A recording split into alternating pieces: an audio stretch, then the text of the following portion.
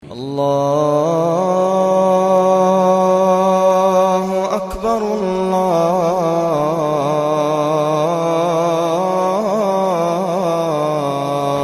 أكبر. وعليكم السلام ورحمة الله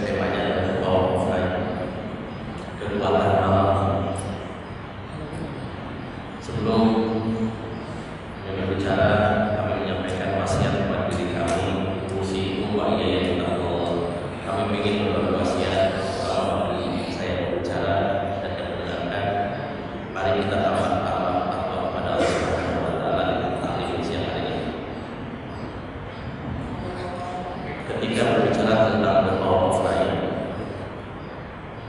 ini jarang sekali kita gunakan tenaga ini.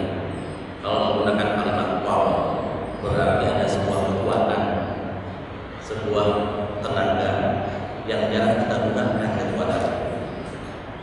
Nah, itu adalah malam.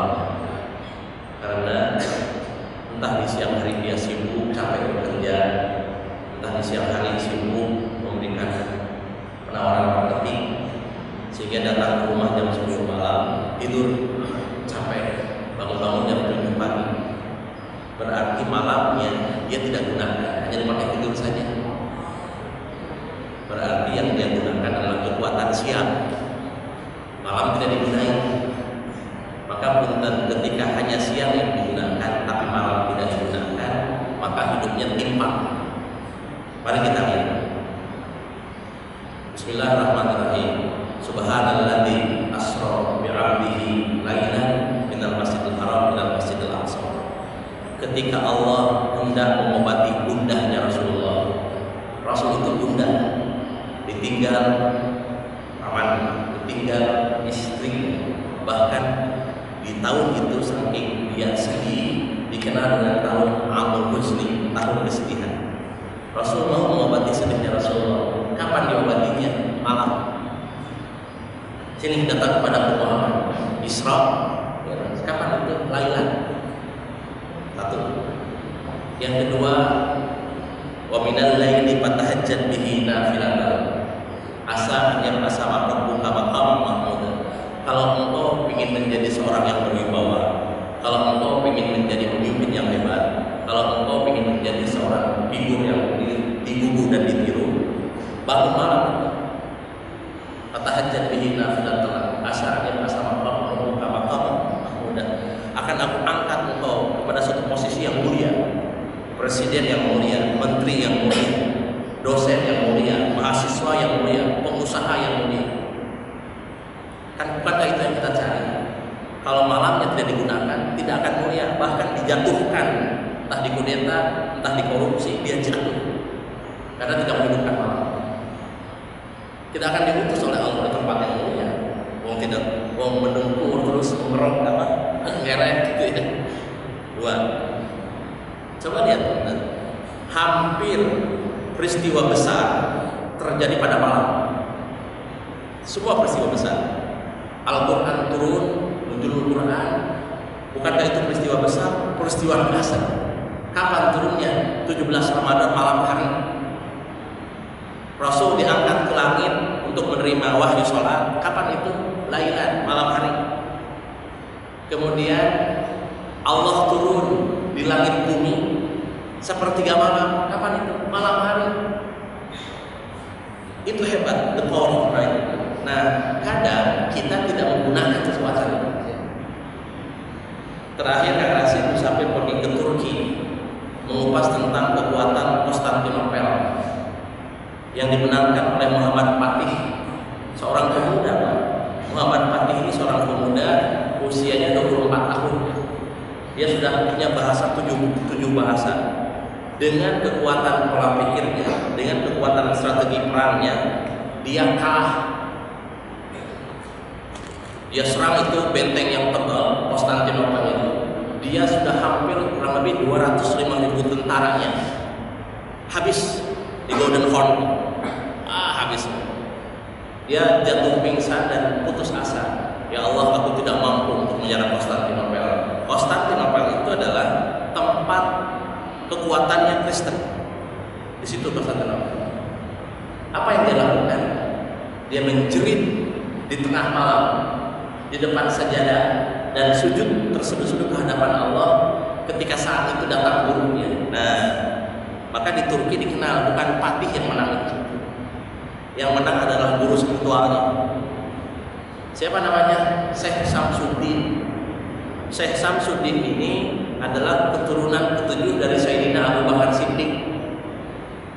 Ayahnya Sultan Murad minta kepada Syekh Samsuddin, "Syekh, ajarin fikih kepada anakku, ajarin Quran kepada anakku, ajarin sirah nabawiyah kepada anakku." Wah, tumbuhlah dia besar, pingin jadi seperti Khalifah Umar bin Khattab. Cita-citanya. Setiap pagi dibawa ke dinding, ke benteng Konstantinopel itu benteng keras. Kata Rasulullah menyampaikan sabdanya, "La tutahan al-Konstantiniyah falani al-amir amiruha walani majlis dari kajis." Bahwa itu benteng yang tebal itu, tebal Pak, 6 meter, kedalamannya sekitar 50 meter. Belum ada bom, bagaimana mengalahkannya? Logika kekuatan strategi tentara tidak mampu menyerangnya karena dia dikelilingi laut Marmara, laut Hitam, di daratannya sudah ada tentara. Itu tempat yang sangat strategis.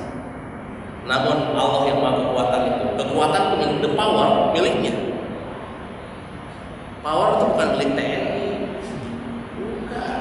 bukan milik seorang kedikjayaan. Datang pemilik power, minta ke Allah tenaga itu. Lupa ketika mulai perang dia tidak ingat sholat. Dia pakai menggunakan tentara diperbanyak, strategi panah, bikin bom. Bom pertama diketemukan oleh beliau, Muhammad Fatih, tapi tetap kalah. Setelah lihat tentaranya berkurang, habis, dia menjerit ke Allah, sedih sekali. Datanglah Syekh Samsuddin, guru spiritualnya, "Fatih, kamu tidak akan menang kalau kamu tidak menjerit ke atas." Dia sudah putus asa, sudah tidak mau menyerang lagi. Ditegur oleh gurunya, "La tuqtahan al-Konstantiniyah wala imam amir amiruha wala majlis dan kajis." Keduanya ruhbanun fil laili wa fursanun fil nahar. Itu kalimat itu ditulis di pinggir dinding benteng itu. Karena dengan kalimat itulah Muhammad Fatih tergerak untuk sujud tahajud setiap saat dan puasa Senin Kamis, dan akhirnya Konstantinopel dikalahkan. Kapan itu terjadi? Malam. Latuk tahanal ruhbanun fil laili wa fursanun fil nahar itu adalah di malam hari dia menjadi prajurit. Dia entah jadi pedagang, entah jadi pengusaha, entah jadi dosen, entah jadi anggota DPR, prajurit. Semangat dia. Siang hari wa fursanun fil nahar ruhbanun fil laili, tapi di malam hari dia menjadi ruhban, menjadi seorang menjerit kepada Allah. Siang prajurit, malam menjerit.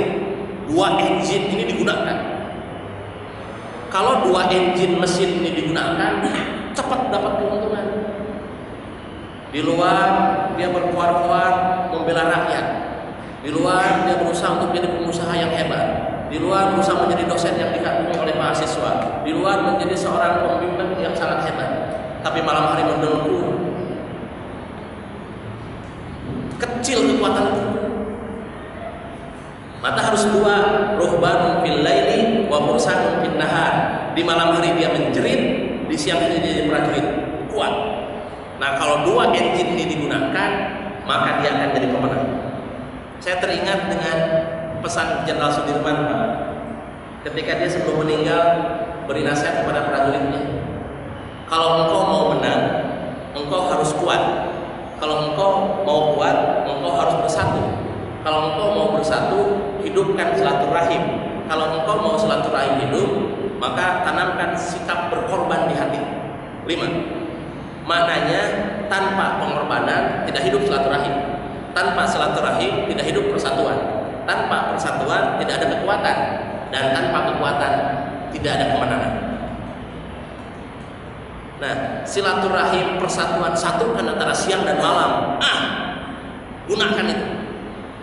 Di siang hari deadlock masalah, gak ada gol-golnya nih. Masalah gak ada ujung pangkalnya nih. Laporkan nanti sejadah ke Allah. Kadang kita mengandalkan solusi dari manusia, tidak mengandalkan solusi dari Allah. Justru kekuatan solusi dari Allah sajalah yang paling hebat. Nah, para ulama dulu, para nabi dan para rasul, dia menggunakan kekuatan ini. Badannya prajurit, tapi hebat menjadi dalam sajadah. Nah, itu disebut dengan power of mind. Nah, kadang penting sekali kita jarang menggunakan kekuatan ini. Jarang sekali kekuatan ini kita gunakan. Main bangun, datang isya, sholat, tidur. Bangun-bangun, subuh. Kerja lagi, sibuk lagi, bangun lagi. Nah, malam ini tidak kita gunakan. Ayo. Allah itu turun ke langit dunia itu sepertiga malam.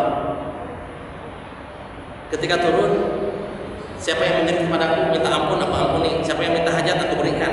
Siapa yang punya kekuatan, aku kasih kekuatan. Nah, itu semua hampir di malam hari. Kami ulangi, Quran turun malam hari, Isra Mi'raj malam hari, Lailatul Qadar malam hari, kekuatan malam itu. Kemudian ketika Allah turun malam hari. Nah, semua kekuatan terjadi yang paling dasar adalah pada satu malam hari. Baik, kalau seperti itu, bagaimana kita menggunakan kekuatan malam itu? Kalau sudah punya kekuatan the power of night, itu salah satunya adalah contoh kekuatan tahajud saja. Barusan ada jemaah datang ke shopping center, dia terbiasa melaksanakan sholat malam. Ketika melaksanakan sholat malam, rasanya semakin tajam. Ketika ada rahasia-rahasia yang dipegang oleh suaminya, ada rahasia-rahasia yang dipegang oleh istrinya, terbuka oleh Allah, dibukain. Sudah 2 bulan hatinya itu gundah. Ada apa ya? Kok tidak tenang melihat wajah suami? Ada apa ya? Suaminya ganteng, rapi, smart. Dia seorang CEO di Danone, di Aqua. CEO di Aqua. Tapi kok lihat wajahnya kok begitu ya? Agak gundah di batinnya. Ada apa ya Allah? Dia terus mendekat kepada Allah di kekuatan malam. Allah bukakan rahasia kepada istrinya. Ujung-ujung dia pengen ambil handphonenya. Ternyata ketika dibuka handphone, terbuka siapa itu suami. Rasa itu diasah pada suatu malam, maka terbukalah siapa suami yang dia sekarang ada di sampingnya. Akhirnya cekcok besar. Dan tadi malam datangkan dua-duanya, saya datang. Ternyata memang suami menutupi kepada istri. Itu Allah berikan bukan dari rasanya istri. Maka guru kami menyampaikan bahwa guru itu ada 7. Guru itu ada 7. Pertama, guru mutlak itu Allah. Kedua, guru hakikat itu Rasulullah. Ketiga, guru majazi itu Quran. Yang keempat, guru rasa itu istri. Contoh, papa mau bisnis ini, menurut mama apa ya?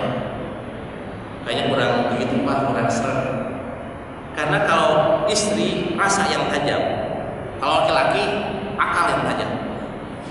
Maka rumus guru kami, kalau perempuan mah cukup dengan telinga, bisikin aku sayang padamu, seneng, dan rasa. Kalau laki-laki mata, tuh kesana arahnya. Kami ulangi, kalau laki-laki itu adalah tajam akalnya, maka main alibi, terus beralibi. Laki-laki. Kalau perempuan rasa yang tajam. Rumusnya, kalau sedang gundah istri, rasanya gundah, dibisik saja. Tenang mah, besok ada uang. Tenang deh. Tenang mah, papa masih cinta mama. Tenang deh. Berbisik saja. Tapi kalau suami gundah, tenang. Dia dandan molek saja di depan suami, udah obat deh. Itu. Nah, itu rahasia sebetulnya. Saya ada yang betul-betul jam tahu jadi ya. Itu rahasia sebetulnya. Rahasia itu diungkap pada satu malam. Ya, itu. Yang kedua saya dapat kisah. Ada namanya Ki Haji Fuad Apandi. Ki Haji Fuad Apandi ini adalah seorang pimpinan pesantren Al-Ittifaq di Ciwidey, Bandung. Dia punya pesantren agribisnis. Santrinya ada 400 orang. Gratis semua, Pak. Kalau Bapak punya cucu putra, mangga silahkan ke sana. Anak SD sampai SMA gratis. Suatu ketika diundang oleh presiden untuk mendapatkan kapal karung. Dia tamatan SD bisa penghasilan per bulan 1,5 miliar per bulan. Dari 1,5 miliar itu bisa membiayai pesantren.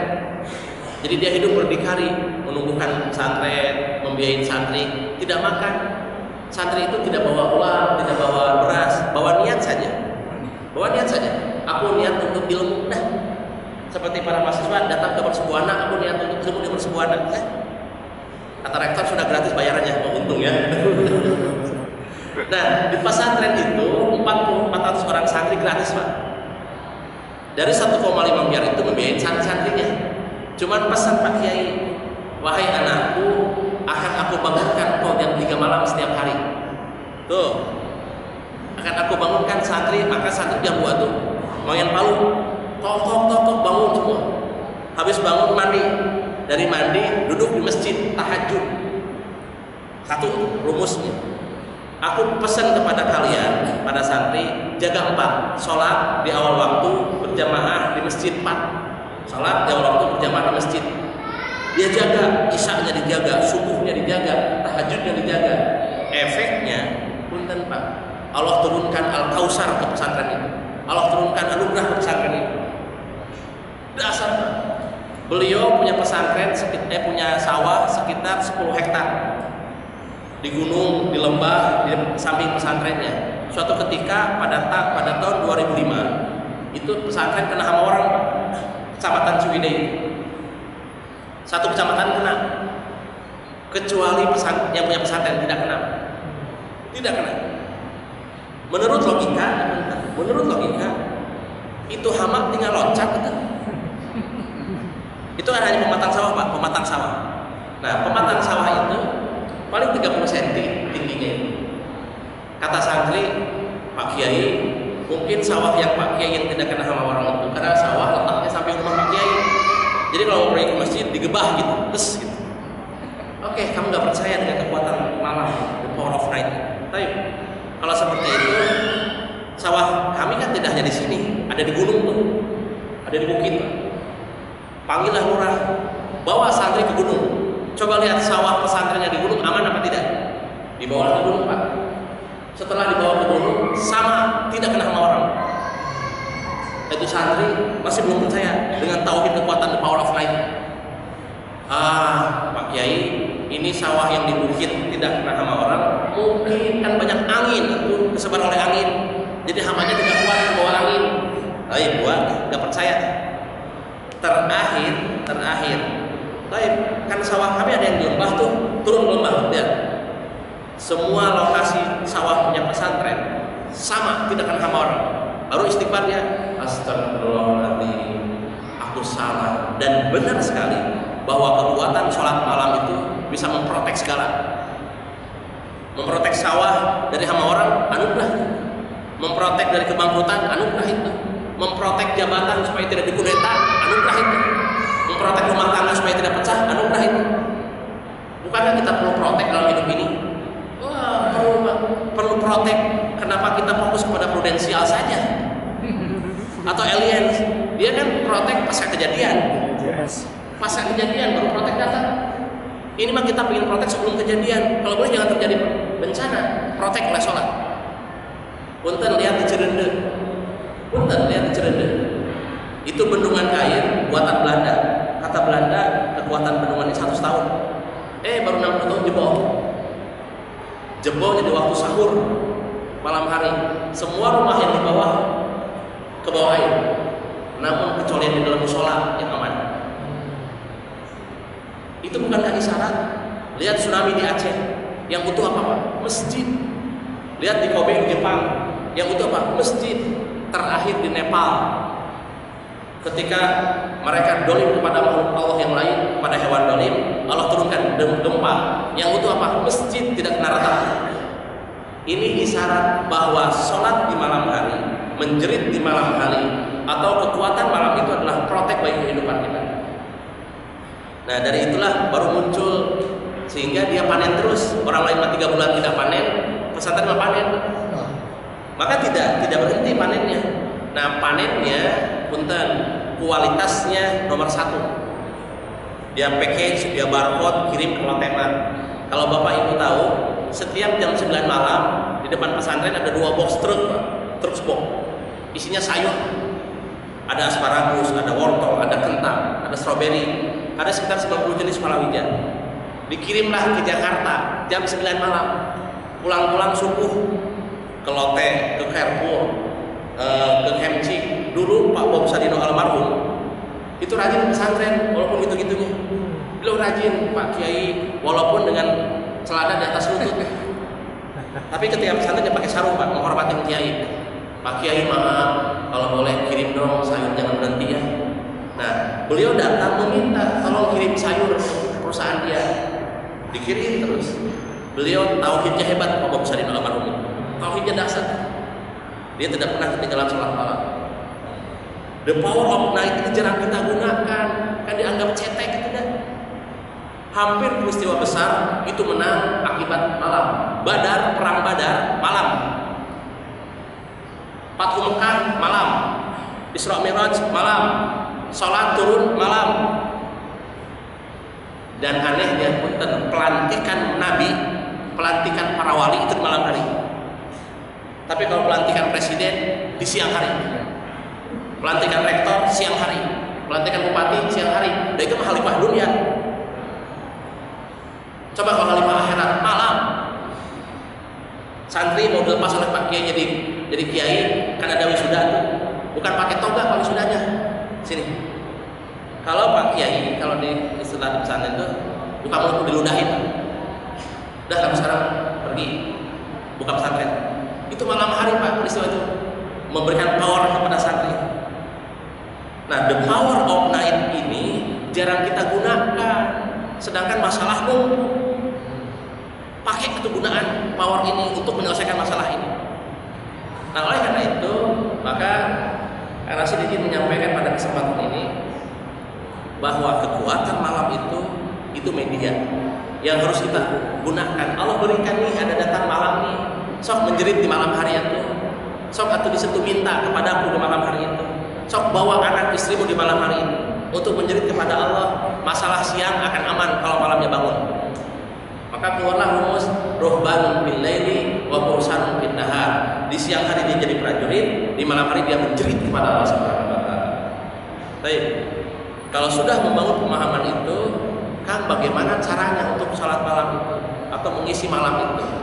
Kan ada orang sekarang punten midnight sale, malam hari itu belanja. Ada bridal apa namanya? Malam Jumat itu sengaja ke diskotik free. Aduh, itu godaannya. Itu midnight. Film-film baru di midnight mulainya. Itu adalah khalifah dunia pun bersaing dengan kekuatan malam. Midnight sale malam hari. Kemudian midnight film malam hari. Kemudian diskotik gratis malam Jumat. Waduh gitu.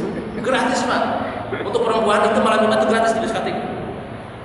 Bagaimana sang setan, sutradara setan itu mengkelabui supaya dia silahkan bangun malam, silahkan. Tapi dugem ya, masuk.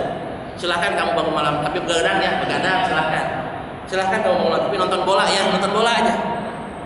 Aduh, itu desainer setan berdasar.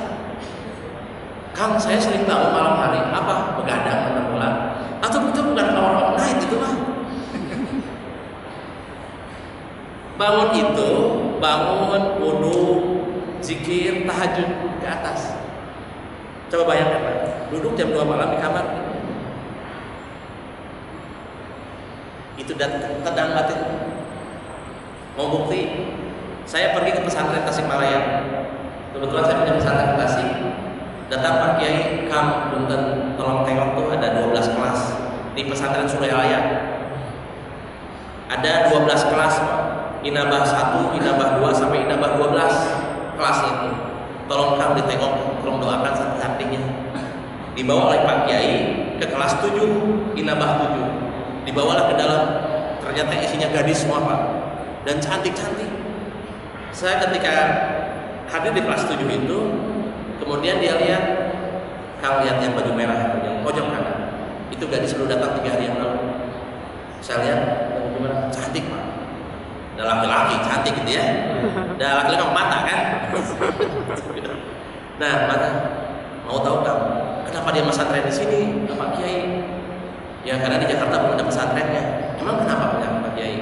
Dia itu heroin dan narkoba. Mas, si gadis cantik itu ternyata putri menteri. Dia tersebut putri siapa? Yang sekarang masih aktif. Subhanallah. Oke, ya. Bagaimana caranya diubah?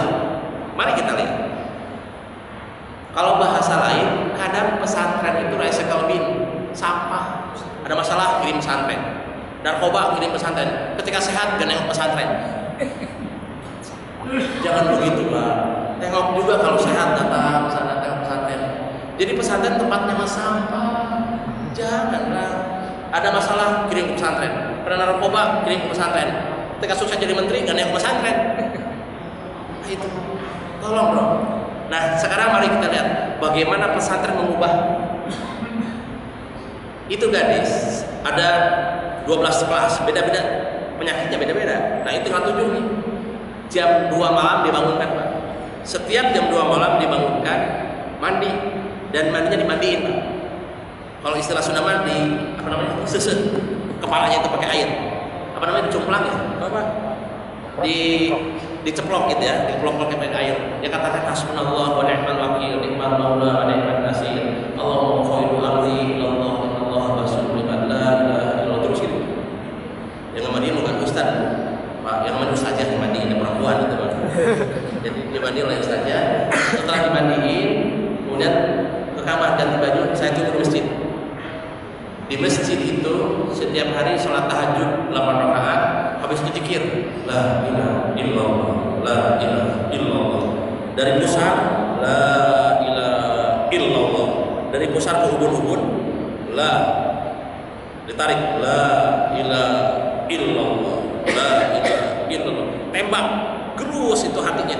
La ilaha. Berapa Bu? Jumlah tahlilnya 25.000. La ilaha illallah, la ilaha. Sampai menjelang subuh. Habis subuh bangun untuk sholat subuh berjamaah. Terus bangun. Itu selama 3 bulan itu terus. Selama 3 bulan makan, tidur. Jadi akhirnya dia terbiasa habit sholat berjamaah, terbiasa tahajud, terbiasa mandi malam, zikir, terus. Selama 3 bulan rapih, bersih.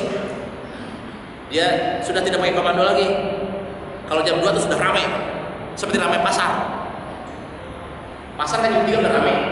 Di pesantren ramai, bukan ramai belanja, tapi ramai mandi, ramai wudhu, ramai zikir. Wah, kayak pasar Pak pesantren. Nikmat. Nah, sudah terbangun begitu, 3 bulan datang ibunya, ibu menteri. Biasa lah. Datang ke sana, Pak Kiai maaf, bapaknya rindu kepada putrinya. Oh, silakan Pak, ibu bawa saja. Namun pesan kalau boleh diminta. Apa yang dilakukan di pesantren juga dilakukan di Jakarta. Siap Pak Kiai? Siapnya ini tak siap, dia siap supaya cepat pulang. Apakah siap menerima pesan Pak Kiai? Pulanglah ke Jakarta ini santri. Pulang ke Jakarta, baru saja 2 hari pulang nih Pak santri. Dalam keadaan tripping pulang itu. Ibu kok cepat sekali pulang ke sini? Maaf Pak, anak saya kena lagi. Kena lagi. Kena apa? Kena narkoba lagi. 3 bulan sudah kasar banget. Baru sehari di Jakarta, kena lagi, balik lagi. Nah, di pesantren dia steril. Di Jakarta belum steril. Pesan Pak Kiai, rumah ibu sterilkan dulu. Ketika masuk rumah ada gambar. Oh, ingat ke dia. Pergi ke dapur makan di kotak masih ada pengisap sabu-sabu. Ingat dia. Ketika di laci kamarnya ada nomor telepon, ingat telepon ke bandarnya. Aduh, ingat dia. Ini belum steril nih. Kedua, ketika azan berkumandang sudah terbiasa di pesantren, di rumah bapaknya lambat sholatnya. Kadang subuh itu jam 8, isya jam 10. Duh. Yang sudah bersih kotor lagi. Ini kekuatan siang. Kekuatan malam itu bersih, kekuatan siang kotorin. Kalau tidak diimbangin, kotor terus. Dia sering menggunakan kekuatan siang saja, jam 7 sampai jam 5 sore, berjibaku berjuang, malam hari mendengkur. Justru siang hari itu bikin kotor. Kalau tidak malam itu, balik lagi Pak. Ya gitu lagi berarti, digerus lagi. Nah, kita Ramadan kemarin sudah bersih Ramadan, 30 hari saum, terawih, sudah bersih. Pas di bulan Syawal, kayak kuda lepas dari kandang Pak, liar. Itu mungkin sudah puasa terus-terusan kayaknya itu. Nah, itu adalah kekuatan malam. Sudah jelas, silahkan gunakan kekuatan ini untuk menyelesaikan kuliah, untuk menyelesaikan segala masalah, untuk menyelesaikan permasalahan bangsa. Itu kekuatan malam. Silahkan menjerit kepada Allah Subhanahu Wa Taala.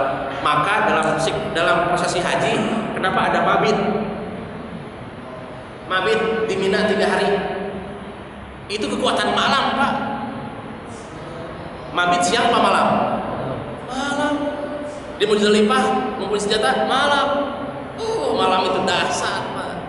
Maka kami punya kajian namanya The Power of Night, kekuatan malam. Segala masalah yang siang hari buntu, di malam hari bisa ada masalah, ada jawaban. Terakhir contoh bentar. Itu adalah bagaimana kekuatan-kekuatan malam itu begitu hebat. Konstantinopel kekuatan malam, Isra Mi'raj kekuatan malam, sholat kekuatan malam. Baik, salah satu kekuatan malam itu dikumpulkan dalam sholat. Kang, saya tidak bisa zikir, tidak bisa sholat aja deh. Sholat hajat, sholat taubat, sholat tahajud, agak sholat aja dengan taat. Nah, sholat itu, nih, bentar Pak, sahabat-sahabat, sholat itu kekuatannya hebat. Ibu atau sahabat-sahabat, bapak-bapak, puasa itu 0 nilainya. Kemudian zakat 0 nilainya. Kemudian sedekah 0 nilainya. Kemudian taklim itu 0 nilainya, 0 semua. Kalau seketika dia meninggal, dia bawa menghadap kepada Allah. Ya Allah, aku bawa puasa nih, aku bawa zakat nih, aku bawa haji nih, aku bawa tahajud nih, ya bawa sedekah nih. Allah menepis bahwa itu ada 0. Kang, bagaimana caranya supaya itu 0 itu kuat, supaya bermakna? Kasih angka tuh. Sekarang sahabat-sahabat, adik-adik mahasiswa bawa 0 ke bank, ada duit, tapi 0 gak ada angka, diterima nggak? Nggak diterima oleh kasir. Maaf Bu, ini uang sudah kadaluarsa, gak ada angkanya, 0 semua. Kita kata bankir itu. Supaya itu uang bermakna, kasih angka itu. Nah, angka itu adalah sholat. Sehebat apapun perbuatan baiknya dia, tanpa sholat nothing. Tapi kalau dia berbuat baik pakai sholat, everything. Coba 0 sholat, 0 sedekah, 0 tahajud, 0 zikir, 0 zakat, 0 kurban, itu 0, tambah angka 1 di depan, karena sholatnya di awal waktu, maka itu nilainya 10.000. Tapi kalau kau maaf, sholat saya itu kadang zuhur itu jam 3, dan kerja terus, kadang isya itu jam 10, bahkan rapel antara zuhur dan asar. Dan tadi ada seminar, jadi rapat agak mepet ke akhir, sholat zuhur jam 3, sekalian asar aja gabung. Kirain yang dirapel itu gaji, ternyata sholat pun dirapel. Allah tetap adil, dikasih angka, cuma disimpan di ujung. Karena di akhir waktu sholatnya 0,1, kecil Pak. Tapi kalau sholat di awal, 1 jadi depan, kasih 0 depannya, wow, everything. Nah, salah satu yang telah melaksanakan ini adalah, coba sebut ibu dan sahabat-sahabat datang ke Majestic, ada namanya Bude Batik. Bude Batik ini dia menggunakan kekuatan malam. Bude Batik ini adalah beliau punya ayah, suaminya Budi, istrinya Made, orang Bali Mualaf. Dia sudah 13 tahun usaha batik di ITC Fatmawati buka, kemudian di Melawai dia buka, tapi nggak maju-maju, gitu aja. Gitu. Pendapatan terakhir hanya 400 juta. Kata dia, hanya 400 juta per bulan. 400 juta. Ketika umroh bersama kami waktu bulan Februari, sekarang lagi haji, dia melihat kekuatan Ka'bah. Pak Budi lihat itu Ka'bah, alam minus tapi surplus pendapatannya. Lihat Madinah, alamnya minus tapi surplus pendapatannya. Kenapa minus alamnya? Panas Pak Mekah, gersang, cuacanya ekstrim. Nanam pohon gak tumbuh. Air segini itu mahal Pak, segini itu sekitar 5.000 rupiah. Itu mahal sekali. Dan ini air laut. Kalau di Mekah itu, kalau Bapak Ibu pergi ke Jeddah mau pulang ke Indonesia lewat Laut Merah kan Pak, itu ada cerobong tinggi itu, setinggi Monas, asap ngepul. Kirain saya pabrik Batam, ternyata pabrik air. Sewaktu dengan RCTI syuting di samping itu, ternyata bagaimana itu sulitnya air di Mekah. Air laut dimasukkan sebuah kolam, dipisahkan garamnya, dipisahkan biar isinya tinggal air tawarnya. Air tawar dipilter jadi air minum. Yang sekarang dinikmati di hotel-hotel jam-jam, hotel dalam Intercon, itu air laut. Makanya mahal harganya, minus alamnya. Tumbuhan nggak jadi. Tapi Allah adil, Pertamax Super 3.500 rupiah dapat 2 liter. 3.500 rupiah dapat 4 liter solar. Kata teman saya, Kang, kalau akang lagi sedang tidak ada uang, minum Pertamax saja. Atau Pertamax atau ada mahal. Perutnya saking mahalnya, walaupun ada Pertamax banyak, silahkan minum. Nggak perlu air. Itu gersangnya Mekah, minus Pak. Terakhir kan hasil syuting di Taif, 59 derajat Pak. Gersang, terbakar gitu Pak. Sampai ada host namanya Oo Taufik yang sering ngisi redaksi pagi di Trans 7, itu hitam. Pulang ke Jakarta, sampai istri saya, ini suami saya Pak, kok hitam sekali gitu. Datang ke Trans 7 itu Kang Oo pulang ke Bandung, istirahat sebulan. Karena kalau muka hitam suruh baca berita kan gak enak dilihatnya. Dia sebulan putih lagi, panasnya mah Saudi Arabia. Tapi Allah adil, alamnya minus, tapi pendapatannya surplus. Dari mana Kang? Dari Ka'bah. Kalau Ka'bah pindah ke Mercubuana, yang kaya Mercubuana. Soal Ka'bah ditarik aja, miskin Saudi. Kekayaan Saudi itu dari umroh dan haji Pak. Terakhir di Indonesia termahal ongkos haji yang Bu Made pakai per orang 310 juta per orang. Itu enak plus. Kali 50.000 orang berapa coba hitung Pak? Belum negara lain. Depisan negara terbesar adalah umroh dan haji. Minyak mah baru kemarin. Apa? Kekuatan sholat. Ka'bah itu kan sholat itu toa. Ketika dibangun itu Ka'bah pertama dibangun oleh Nabi Ibrahim alaihissalam, tidak pernah berhenti sampai sekarang toa itu. Muter terus. Nah, oleh Mekah itu adalah hakikat Ka'bah. Apa itu hakikat Ka'bah? Sholat. Kata Pak Budi, iya ya Kang ya. Dasar sholat. Dia praktekkan di perusahaannya Pak. Di Bude Banding, dia punya karyawan 49 orang. Dia suruh, sekarang saya bawa oleh-oleh dari Mekah. Saya mau karyawan ketika juga berkumandang, sholat. Asar berkumandang, sholat. Bahkan dia plus, sebelum toko dibuka, sholat duha Pak. Jadi sholat di awal waktu plus sholat duha. Dia gunakan ngabsennya bukan pakai fingerprint Pak. Dia absen pakai duha Pak. Ketahuan, ini kosong siapa nih? Oh maaf Pak, dia lagi haid perempuan.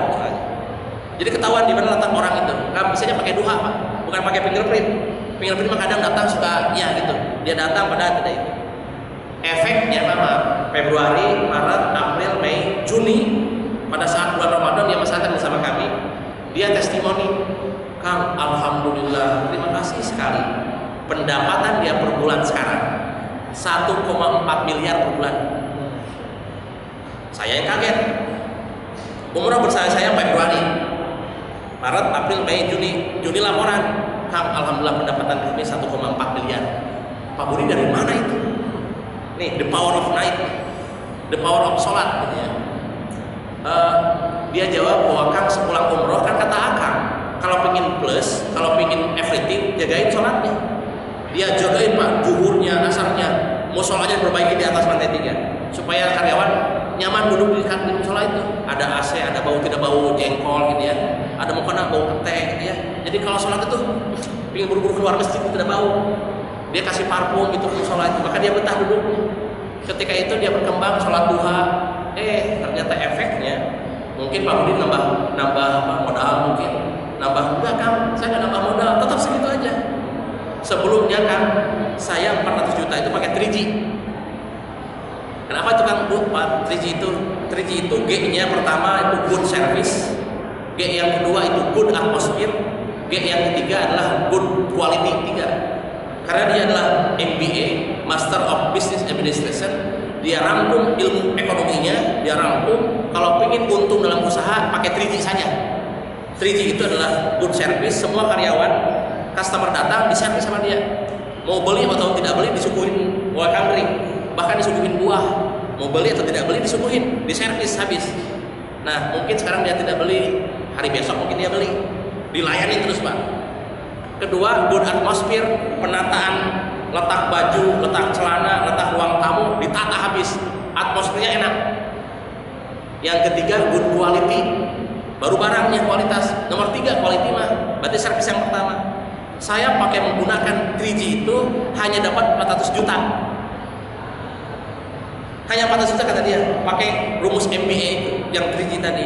Namun ketika saya pakai sholat, menggunakan the power of night ini, kata dia, saya akhirnya diubah rumus ekonomi saya.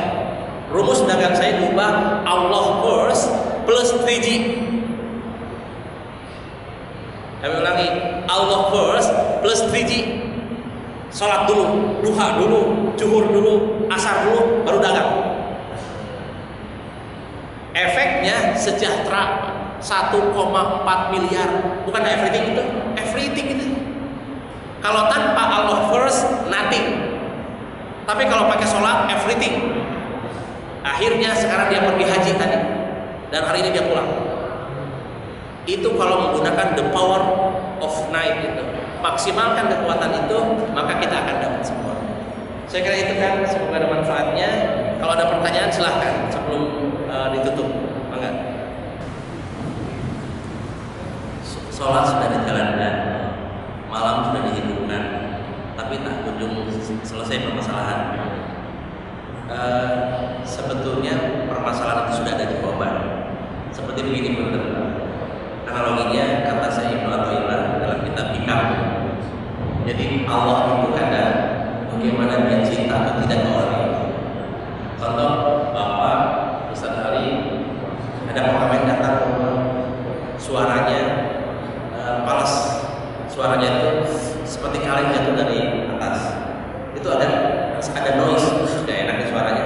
Dek, kasih uangnya cepat, kasih uangnya itu berisik. Datanglah pengamen yang kedua, tapi suaranya merdu. Sebentar deh, dengerin dulu deh. Itu enak. Boleh request lagu lagi, udah bagus suaranya. Ya, sudah request lagu yang bagus lagi, deh kasih uang yang lebih deh. Nah, mungkin pada saat itu Allah sedang rindu Ustaz Ali, pengen dengar munajatnya, pengen dengar tangisannya. Dan hati-hati, jangan pernah sujud kepada Allah bahwa mungkin kok lambat jawabannya. Allah sedang cinta, pengen dengar tangisannya di sajadah, pengen munajatnya. Itu seperti kita mendengar seorang pengamen yang merdu suaranya, jangan dikasih lagi, pengen dengar. Itu bukti cintanya sebetulnya. Nah, ketika sudah puas, baru dikasihkan keinginan. Atau mau yang pengamen yang pertama, yang suaranya apa? Palas, baru kasih, silahkan kasih. Nah, kasih versi, kasih proyek buruan. Padahal nanti akan mencelakakan. Allah akan tahu memberikan pada saatnya dan pada waktu. Itu indah pemberian itu. Nah, seperti terjadi pada Abu Basti. Abu Basti itu yang punya, yang sekarang ada di Cepete. Ya. Namanya Haji Abu Bakar, orang Majalengka. Dia punya Abu Basti. Dulu dia sabar sekali, Allah, aku ingin merubah kehidupannya. Ternyata Allah mengubahnya pakai step by step.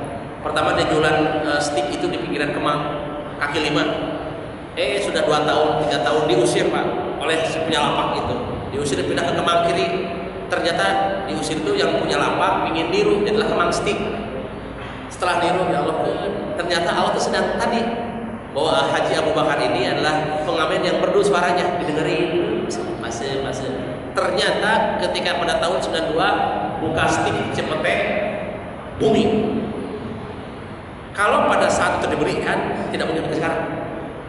Jadi dia yakinkan bahwa pasti Allah akan menjawab permasalahan kami. Namun harus yakin, dia pelan-pelan, step by step. Kata anak kecil SD, ya Allah kasih aku uang 1 triliun. Kalau pada saat itu diberikan, itu dolim Allah. 1 triliun kasih kelas 6 SD pakai apa uang? Mungkin dikasih pelan-pelan. Ketika dia sudah jadi pengusaha, baru dikasihkan. Kadang itu datang doa waktu kecil itu. Nah, maka oleh karena itu kepada Allah jangan kita semua rumus adalah harus bersyukur kepada Allah Subhanahu wa taala. Rumus terakhir yang ingin disampaikan itu bahwa ada pertanyaan, apakah doa dulu, apakah ikhtiar dulu? Kalau seperti ini, the power of nine. Pertanyaan yang kami sampaikan, apakah hidup ini ikhtiar dulu, apakah doa dulu? Ayah saya baca. Doa dulu apa ikhtiar dulu? Bapak mengatakan doa dulu. Ada sahabat lain mengatakan ikhtiar dulu baru doa. Ada yang mengatakan berbarengan. Ya, atau ikhtiar dulu doa tidak berefek. Dia mengandalkan strategi, mengandalkan kecerdasan. Doa mah tidak hubungannya dengan kesejahteraan. Ada yang gitu loh. Ternyata kata saya Ibnu Athaillah, kalau mau melangkah doa dulu baru ikhtiar. Contoh, rezeki Allah yang ngatur. Kemudian kapan diberikannya Allah yang ngatur. Kita tidak pernah bahwa rezeki itu dari bos, rezeki itu dari perusahaan. Tidak, rezeki mah dari Allah semua. Kalau semua dari Allah, kenapa tidak minta dulu kepadanya baru kerja? Dan rezeki mah bukan dari kantor, bukan dari perusahaan, tapi dari Allah. Cuman kantor mah corong, perusahaan mah adalah keran, airnya mah dari Allah. Nah, anehnya kita fokus pada kerannya, tidak fokus pada airnya. Nah, itulah kadang kita sering salah pemahaman paradigmanya bahwa rezeki itu dari Allah, bukan dari manusia. Nah, kalau rezeki dari Allah, rezeki itu kecerdasan rezeki, anak soleh rezeki, istri solehah rezeki, itu rezeki. Nah, deketin atau ke Allah, baru ikhtiar. Laporkan di malam hari, baru ikhtiar di siang hari. Menjerit di malam hari, ikhtiar di siang hari. Itu rumusnya. Maka the power of right itu pertama kali lakukan doa, baru siang hari kerja, terus gitu. Nah, sekarang kita tidak laporan dulu, langsung kerja. Ya wayahnya tuh tunggu babak belur wayahnya. Enggak. Dan tidak laporan dulu. Maka kalau rumusnya, kalau sudah babak belur laporan, sudah berdarah laporan. Maka kalau mau supaya tidak berdarah, supaya tidak lumpuh-lumpuh, laporan dulu kepada pemiliknya, baru kerja. Itu rumus terbaik. Ya, maka itu adalah rumusnya. Pertama, Allah first, the power of night dulu, baru siang hari kerja. Kayak tadi Pak Budi, Allah first plus 3G. Sini ada namanya Bupati Wali Kota Tangerang, namanya Pak Arifin Mansah. Ya, itu putra dari Ibu Siti yang punya rumah sakit Sari Asih, ya Bu ya. Lihatlah Pak, itu dulunya Sari Asih itu bedeng Pak, bilik, triplek. Dia bidan, sampai sekarang bidan. Nerima orang lahir, dia sedih, ya Allah, saya menyiapkan kelahiran manusia, kok sederhana sekali. Lihat salon anjing, ada salon anjing di Tangerang, 1 juta per anjing, per kepala. Memandiin kucing 100.000. Masa salon manusia ini? Simpel sekali kata dia. Ya Allah, tolong hayakan aku, supaya aku ingin mengubah dari bedeng, dari triplek jadi rumah sakit. Apa rumah sakit? Sholat di malam hari, dia tidak lupa tahajud, dia gerit kepada Allah, bersedekah. Sekarang punya 9 rumah sakit. Yang satu gratis, asal bawa KTP Tangerang. Setelah itu dia naik sekali. Ternyata rumus beliau adalah sholat di awal waktu dan duha. Efeknya everything. Nah, kadang kita ingin everything, tapi tidak menggunakan the power of night ini. Maka tidak pernah everything itu, nothing terus, kurang terus itu. Jeblok terus. Saya kira itu kekuatan afratik. Ini hanya mukadimah. Ini hanya mukadimah bahwa the power of night adalah pintu untuk mendapatkan kemenangan. Itu pintu, tidak lain, hanya malam. Semua para nabi, para rasul, para sahabat, para wali, para ulama itu kalau mau hebat malam hari hidup. Kiai besar di Tasikmalaya malam hidup. Ulama-ulama di Banten sebut saja Mbah Dimyati itu jam 1 malam sudah siap. Nah, maka kalau toh para pemimpin dunia hidupnya malam, deadlock ekonomi ada jawabannya, deadlock masyarakat ada jawabannya. Dan tidak mau laporan atau dia mah ikhtiar dulu baru doa, bahkan tanpa doa. Maka punten sekali sahabat-sahabat, pegang ini the power of right, insya Allah ada perubahan. Demi Allah akan ada perubahan. Semoga ada manfaatnya. Mohon maaf dan batin. Yang hilaf dan salah kesalahan pengrasi semoga Allah memaafkannya. Yang benar dari Quran dan Sunnah semoga kita mampu menjalankannya. Wabillahi taufiq wa hidayah. Kita tutup majlis. Subhanallah.